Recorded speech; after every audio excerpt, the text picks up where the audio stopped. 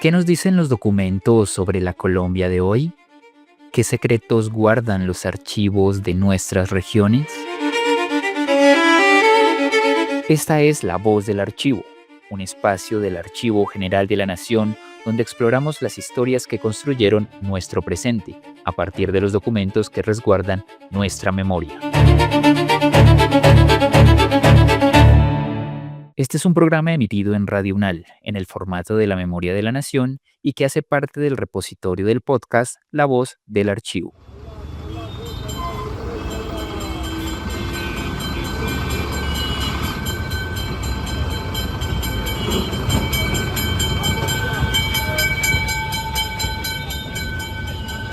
Vamos a ir a la Bogotá de hace más de un siglo. Hablamos de 1924, un año en que la capital apenas comenzaba a electrificarse en medio de una política bipartidista feroz y de un movimiento obrero que empezaba a dar sus primeros pasos. Fue entonces, en abril de ese año, cuando ocurrió un suceso determinante. Un obrero del tranvía fue asesinado por el superintendente de la empresa en plena vía pública.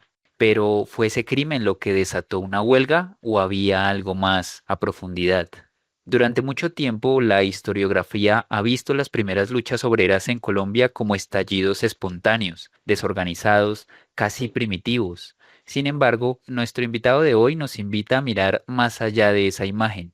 Hemos invitado a José Alejandro Cifuentes Sarmiento, historiador de la Pontificia Universidad Javeriana, magíster en Historia de la Universidad Nacional de Colombia y actualmente estudiante de doctorado en el Instituto de Estudios Latinoamericanos de la Universidad Libre de Berlín. José es autor del artículo La huelga del tranvía de Bogotá de 1924, movilización y organización en los albores de la clase obrera, en el que reconstruye este conflicto para mostrarnos que los trabajadores estaban construyendo organización y dando forma, aunque fueran sus primeros días, a lo que sería la clase obrera colombiana. José Alejandro, bienvenido a la Memoria de la Nación. Muchas gracias, Mario, y muchas gracias por la invitación y muy contento de estar acá compartiendo este trabajo.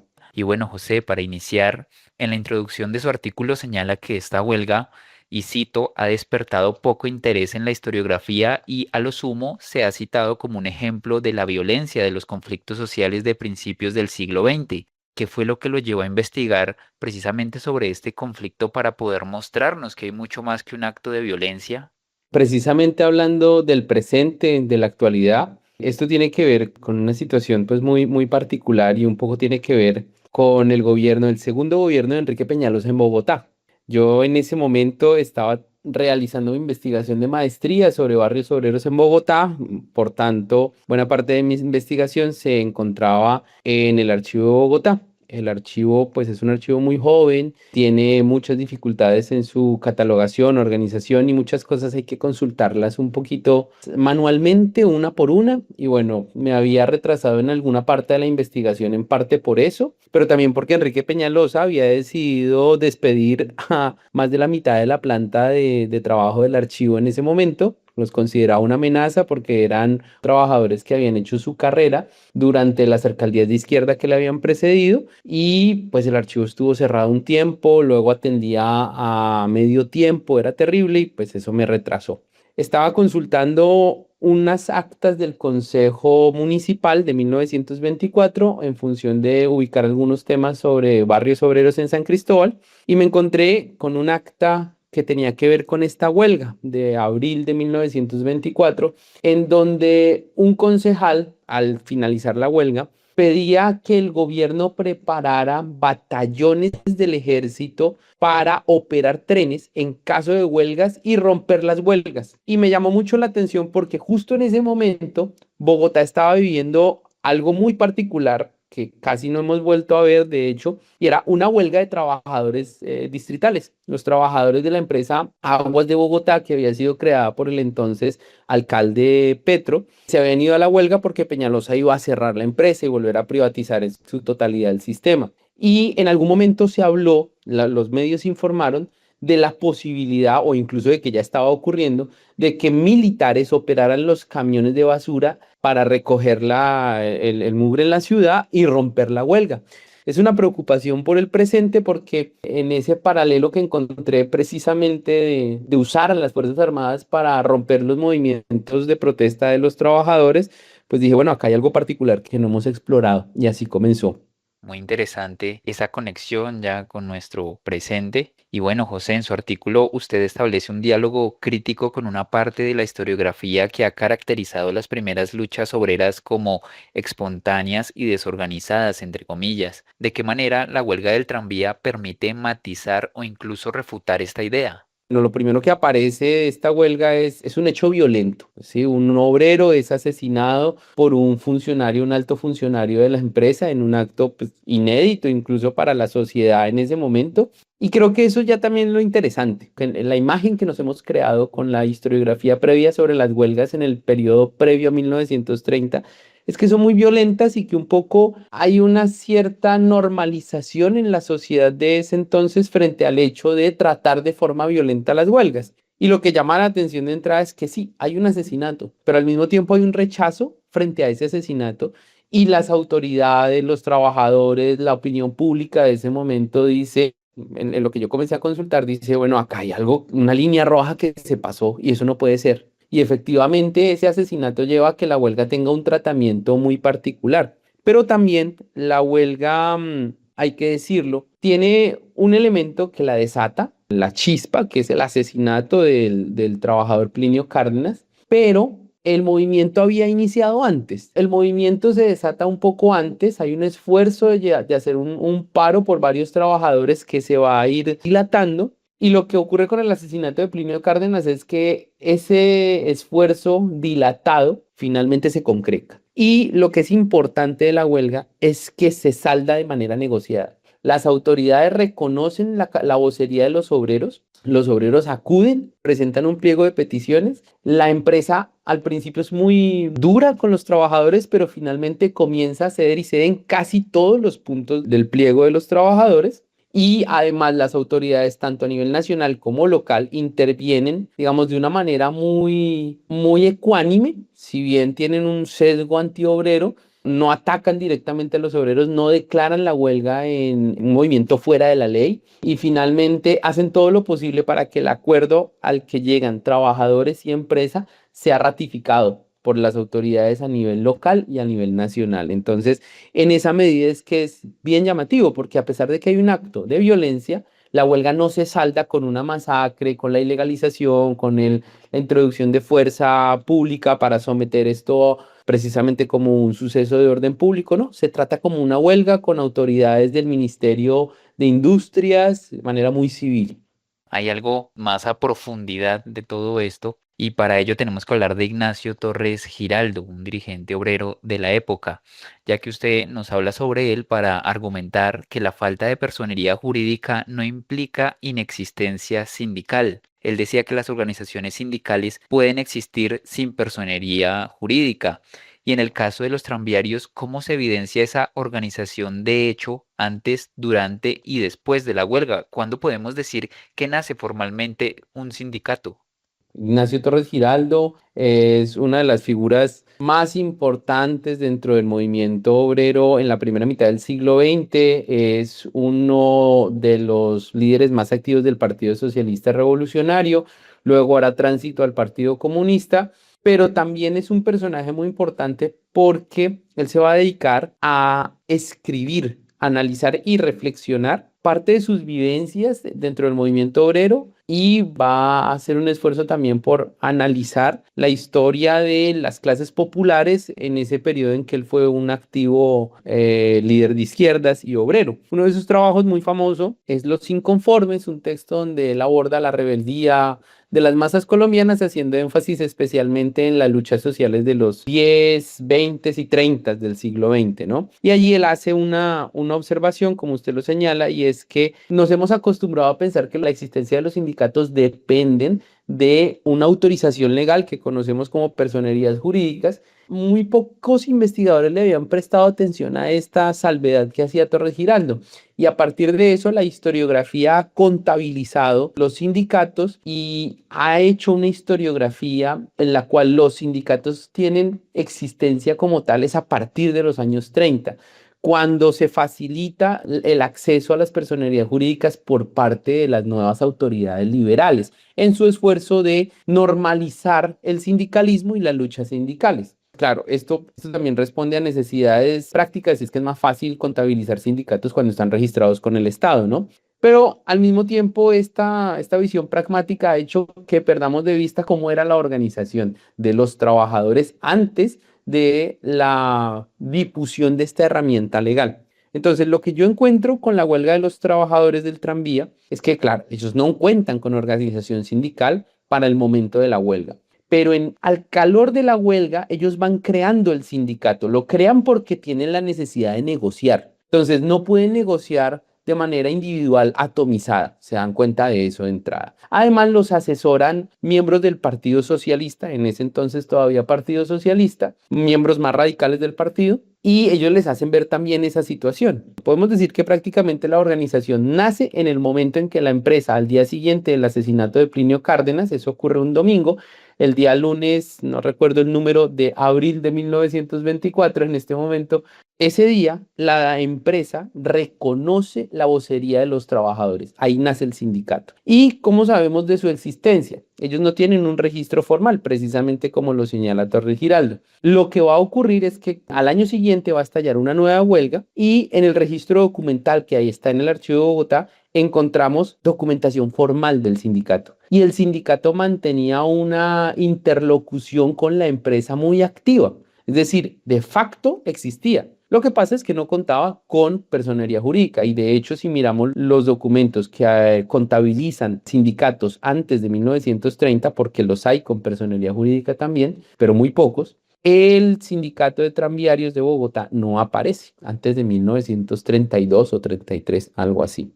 Y bueno, en un principio relatábamos que todo este suceso se dio en un contexto de bipartidismo. Me gustaría que nos contara un poco si fue la huelga un conflicto estrictamente laboral o también fue una expresión de esa lucha política en la Bogotá de los años 20. Su núcleo duro es un conflicto laboral, porque si miramos el pliego tiene que ver exclusivamente con demandas que están relacionadas con el mundo del trabajo. Jornadas laborales, salarios, jornadas de descanso y se exige respeto ante las autoridades de la empresa frente a los trabajadores. Sin embargo, parte del conflicto que estalla entre las autoridades de la empresa y los trabajadores, según nos muestran los documentos, tiene mucho que ver con una matriz bipartidista. Y esto a su vez está relacionado con una práctica que ha sido ya documentada previamente en otras investigaciones, que tenía que ver con una administración muy politizada de la empresa. Lo que se ha dicho básicamente es que hasta mediados de la década de 1920 y desde la municipalización de la empresa en 1910, la forma más eficaz de acceder a un trabajo en la empresa del tranvía era contar con una especie de padrino político. Entonces se le solicitaba al aspirante a un trabajo en la empresa que presentara una carta de recomendación, ya fuera de un militar, de un clérigo, de un político, donde establecía que esta persona era adecuada para el empleo al que se estaba aspirando.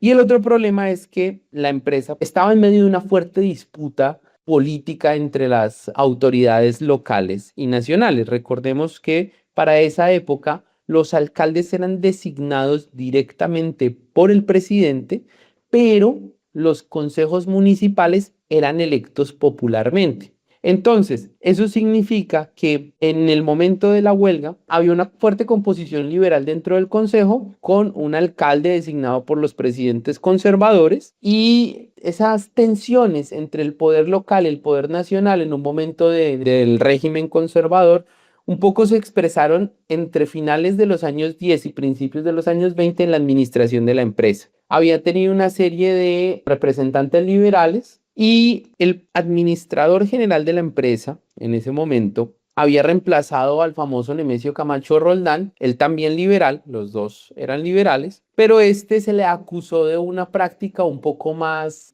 sectaria frente a su militancia política. Y algunos obreros dijeron que ellos habían sido echados por el señor director de la empresa por su conocida militancia conservadora. Es algo muy difícil de comenzar a demostrar directamente, pero los documentos sí nos dejan un testimonio de que los trabajadores, algunos trabajadores despedidos, planteaban esto, que fueron despedidos por su militancia conservadora. Usted nos ha contado, bueno, toda esta serie de factores que nos llevaron precisamente a la huelga y vamos a volver a hablar del asesinato del obrero Plinio Cárdenas. Usted nos deja claro en el artículo que no fue la causa de la huelga, sino su catalizador. Entonces, ¿cuál es el verdadero detonante y por qué es importante separar estos hechos para entender la complejidad del conflicto? A finales de 1923 había habido un cambio en la administración de la empresa, decretado por el Consejo Municipal y la alcaldía. Aparece una nueva dirección y esta nueva dirección decide emplear a un ciudadano español, o bueno, probablemente súbdito español más bien, el señor Emilio Castillo. Era un personaje sobre el cual había fuerte animadversión entre los trabajadores. Según parece, también es posible que su conocida militancia liberal generara cierta animadversión. El señor Castillo, por lo que sabemos, incluso había sido un destacado combatiente liberal en la Guerra de los Mil Días. Y esto comenzó a generar tensiones. En marzo de ese año hay varias tensiones que se pueden ver en la prensa entre los trabajadores y la dirección de la empresa y concretamente el señor Castillo. Algunos trabajadores comienzan a reclamar que el señor Castillo los está tratando muy mal. La forma en cómo estalla la huelga, este español decide sacar un revólver y dispararle un tiro en la cabeza a un trabajador, un poco le terminan creo que dando la razón a los trabajadores, era una persona un poco iracunda y con tratos un poco ásperos. En este caso, pues lo que va a ocurrir es que muchos trabajadores comienzan a exigir que el señor Castillo salga y comienzan a exigir mejor trato de la empresa. Esto en marzo de 1924. Hay un conato de huelga en ese momento y este conato de huelga comienza a generar tensiones y una persecución de parte de la empresa a los trabajadores que finalmente estallan en la Semana Santa de 1924. El sábado santo era día de pago y los trabajadores se acercan a las oficinas a recibir su salario y varios de ellos que habían hecho parte del conato de huelga en marzo ya no están en nómina. Se consideran despedidos, no hay una carta de despido formal y además no se les va a pagar por el mes vencido. Esto lleva a un malestar que poco a poco hace que los trabajadores al día siguiente, domingo, comiencen a plantearse la necesidad de parar. El problema es que, como se había visto en marzo de 1924, no había todavía una convicción generalizada entre los obreros de parar. Por eso el conato de huelga de marzo no funcionó. Y el domingo ya el malestar de los despidos parece indicar que ya la tendencia hacia una huelga se comienza a aceptar entre buena parte de los trabajadores. Y de hecho, cuando Emilio Castillo llega y asesina a Plinio Cárdenas en la estación de Chapinero, lo que ha pasado es que un grupo de trabajadores ya han paralizado la línea de Chapinero. Es decir, prácticamente podemos considerar que en ese momento una parte de la empresa ya está en huelga. El asesinato de Plinio Cárdenas a manos de Emilio Castillo es lo que lleva a que el paro se generalice de una línea al resto. Ahora hablemos del desarrollo de esa huelga que pasó de una acción directa y localizada en Chapinero a un paro total y ya organizado. ¿Cómo se dio ese tránsito y la importancia de los socialistas y la Casa del Pueblo en convertir esa protesta inicial en un movimiento más estructurado?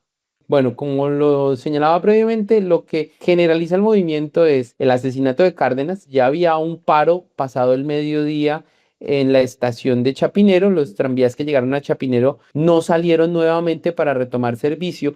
Lo triste, lo dramático de la historia de Cárdenas es que Cárdenas era uno de los obreros que había sido despedido el día anterior y él se había ido al Parque El Lago a descansar. Escucha el movimiento y decide sumarse a sus compañeros en Chapinero y pues él es la víctima fatal de todo este drama.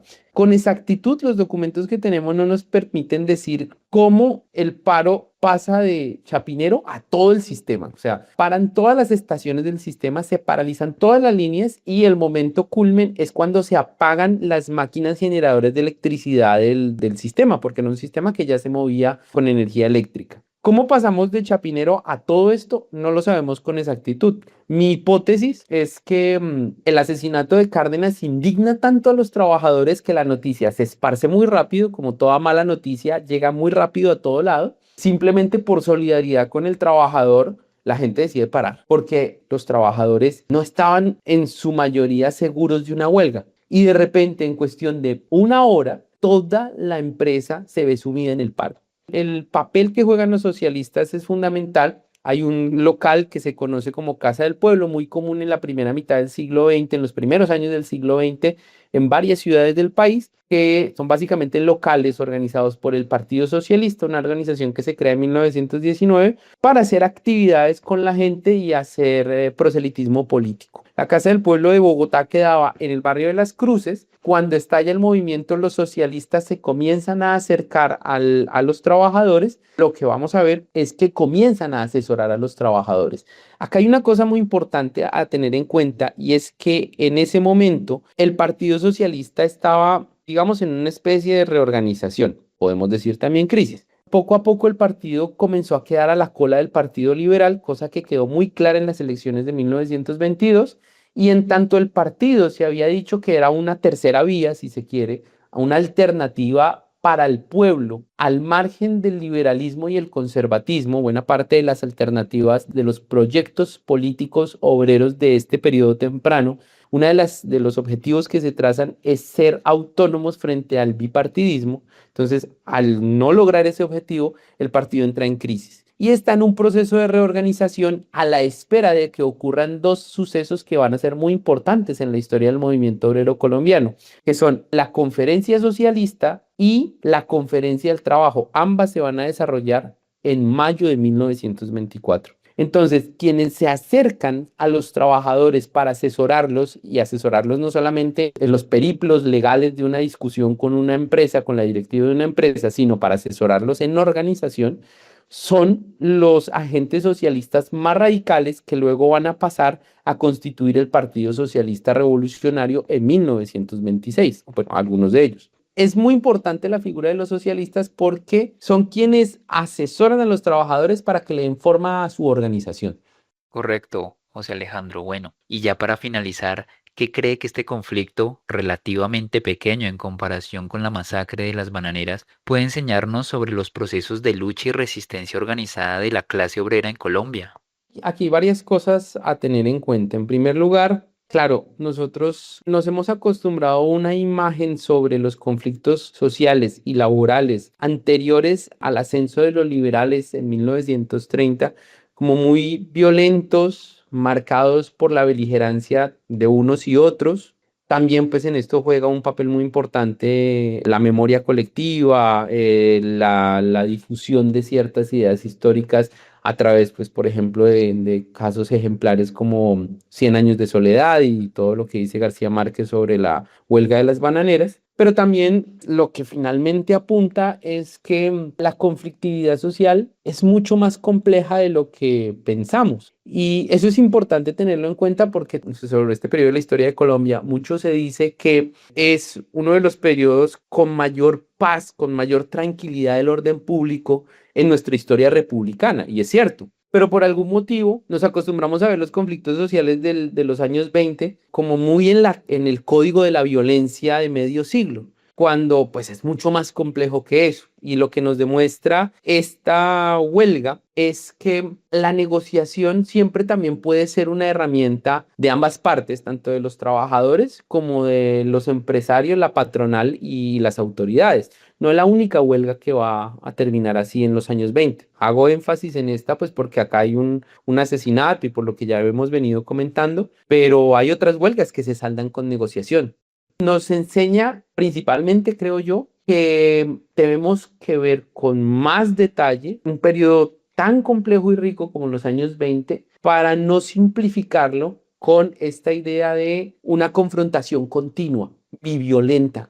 Porque además, entre otras cosas, y en segundo lugar, creo yo más importante, lo que nos enseña esta huelga, es que no debemos subestimar la capacidad de organización de la clase obrera antes del advenimiento de los liberales. El advenimiento de los liberales es muy importante en nuestra historiografía sobre la clase obrera porque efectivamente, pues los liberales van a hacer un esfuerzo por normar y controlar la movilización obrera, dotando al movimiento obrero de herramientas que le permiten un reconocimiento frente al Estado. Y el Estado, sobre todo, por ejemplo, durante la primera presidencia de Alfonso López Pumarejo, va a ser muy amigo de la negociación, de mediar entre el trabajador, entre los trabajadores organizados y la patronal.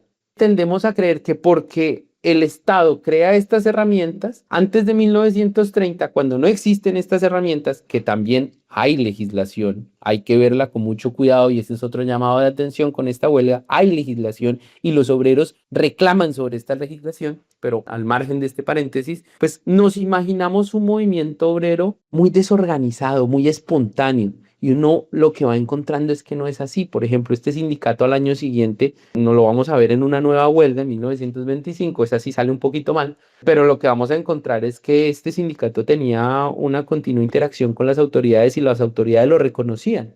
Y pues ya sea para un bloqueo, una huelga directa, un paro, incluso actos de violencia, se necesita un grado de organización, no todo es espontaneidad. Bueno, José Alejandro, pues muy interesante todo lo que nos ha contado hoy aquí en la Memoria de la Nación. Y ya también para finalizar, contémosle rápidamente a nuestras y nuestros oyentes en dónde pueden consultar este artículo. Sí, claro, lo pueden consultar en la revista Trashumante, una publicación conjunta de la Universidad de Antioquia y, y una universidad mexicana. Es el número que cubre la primera mitad de este año. Y bueno, no me queda nada más que agradecerle, José, por haber estado aquí en la Memoria de la Nación. Muchísimas gracias. Gracias a ustedes, muchísimas gracias por la invitación. Y vamos a seguir explorando las conexiones entre el pasado y el presente en nuestra próxima emisión. Hasta la próxima.